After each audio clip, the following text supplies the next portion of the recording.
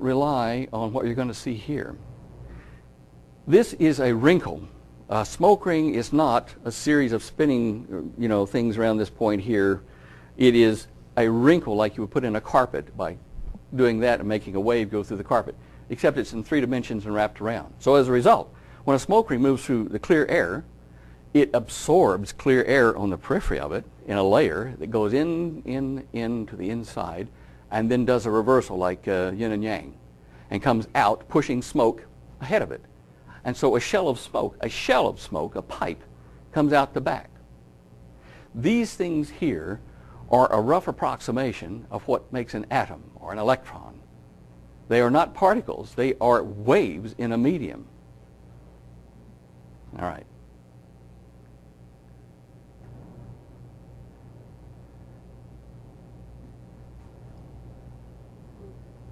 I have made them bounce off each other like particles, shooting them rapidly so that they hit and bounce off of tables and still keep their shape. These are why scientists think that light acts like a particle and like a wave, and so physicists say, well, let's call it a wavicle. It's because it has periodic motion, yet it defines a very tight field like a particle would. This is a device that I use to do the rest of what you're going to see here. It's a plastic pipe, plexiglass pipe, and I've just made it so it'll make smoke rings with a piece of shower cap stuck on the back as a rubber membrane, and I pull it and pop it loose and I get 70 to 90 miles an hour out of the little donut. Same thing you can do. You're going to see here in a bright section where I have a smoke cloud, an oil vapor cloud, and I shoot a clear air toroid through it, and you will see a perfect black, subtle, perfect circle go through it. This is why when UFOs go through clouds or various other things, you see nothing. They open it up like the mitral valve in the heart. They go like that, and they just cut a hole and close it right behind them. They don't make any swish, any wake, nothing. No sound wave, no sound barrier.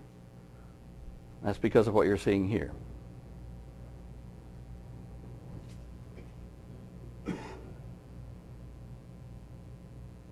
Now watch closely. It's subtle. Did you see it? Didn't see my hand move, did you? Right in the center, down at the bottom. There you go. You see him? Oh, yeah, I See, now I've slowed it up so you can see how I've reversed it back and forth. Watch how it acts like a valve.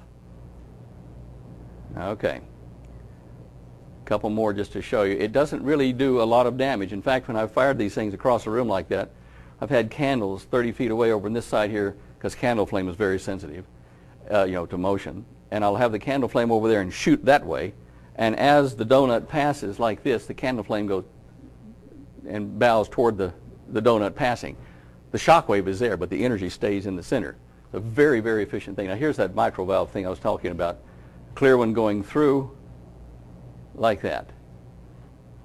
See how it cuts a perfect hole? If you have a ship like that, it does that with gravity, it does it with clouds, it does it with water. Fascinating, isn't it? So what do we do in the evenings at home? I'll tell you what, my wife is going to kill me if I keep playing with that Coke bottle, because sometimes on the computer I'll take a ruler and I'll snap it like that and make these little beads form, and I'll go thump, thump, thump, thump. So if you do it another time, I'm going to shoot you. Yeah. True, isn't it, Holly? All right, now, I took some notes at one of the meetings because we weren't allowed to film or record anything in one of my briefings. All right. In one of my briefings in the project here, and what you're going to see is a page of my notes here, which show what I was drawing, what I was being shown, with the top off of the 30-foot diameter craft, and with one of the sections removed so I could see inside the inductor. And this is what I put down on paper that day. You can see the arch I was telling you about is there. It's exaggerated a bit. It's a little thinner. The core section here with the main ring toroid. This one here with like a Faraday cage. It wasn't exactly that, but that's what it's for. This also held the superstructure onto the top of the craft, and there you can see some more of it there.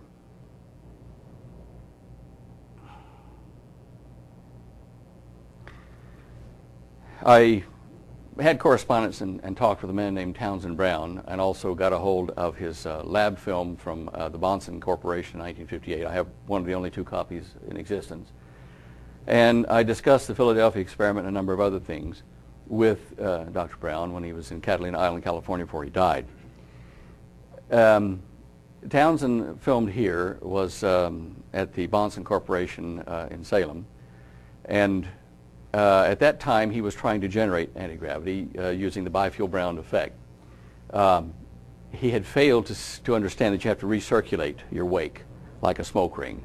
So he was trying to do brute force, as many of them are still trying to do. But with a smoke ring and with charged particles, if I push out this way and the wake of my pushing comes around behind me into my intakes and adds to my energy, I use a lot less energy to go forward.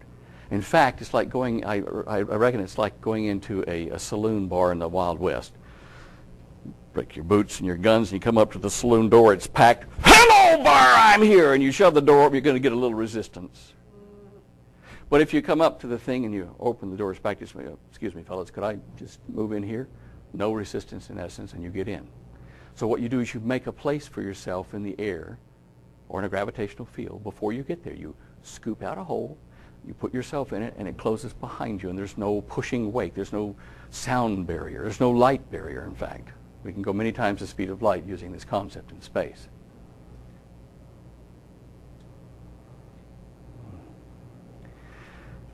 Brown tried a toroid coil in his. I've got his lab notes, his books as well, lab books. Over here it was called the beta machine. This was generating his high voltage 100,000 volt charges that were generating these arcs. So on this saucer here, I've held it, it was about 3 feet in diameter.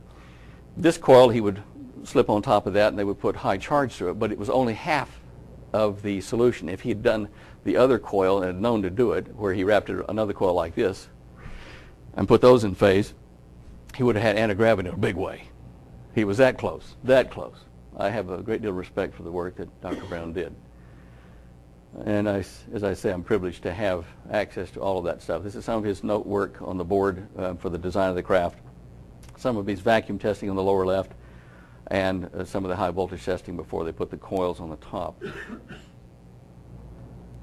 And that is a real deal. That's not an animation, and that was just finished last week in California by one of our associates.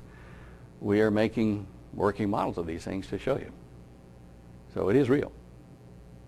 You can do it. Chris Craw did that. How far do you think the government has progressed with this? The government, per se, has little say in it. This was a supranational operation. My control agent in Australia was Sir John Williams, a Welshman, Captain Sir John Williams. He's now deceased. And he was under the advice or counsel of Dr. Edward Teller. In Russia, Teller's counterpart was Dr. Andrei Sakharov. I forget who the guy in West Germany was, or in England, Norway, Canada, but there were a few guys around. Anyway, these sat above elected governments, because elected governments come and go and they leak like a sieve. So, well, they do. And these gentlemen that I worked for were the invisible government you speak of, the Illuminati. And we parted ways after I'd only been in the program for a short while, but and they also tried to put me at the bottom of a mine shaft about 5,000 feet deep. Now, I did manage to get away, obviously, but they did manage to keep me out of the United States and telling you any of this for 30 years. They just gave me my citizenship and passport back in 2001. Spent 30 years in Australia waiting for the time to come back. There's a lot more to the story. Obviously, in 1 hour, I can't do that. So I'm hitting the highlights of this, and now I'm going to go very quickly to... what's my time like? I can't read this watch. How much time have I got left? 5 or 10 minutes. Oh, 5 or 10 minutes. All right. All right. Let's... we'll skip one section here. And we'll go to free energy. There are a couple of things, the anti-gravity, the alien card, and free energy that people have been banting around wanting to know how you do it and where it is. And there's all kinds of stuff about zero-point energy and magic this and over unity that, and nobody's come up with a working product for it. Well, they've had working product since the mid-50s. There are two main sources of this quote-unquote free energy. It's cheap, but it's not free. The sun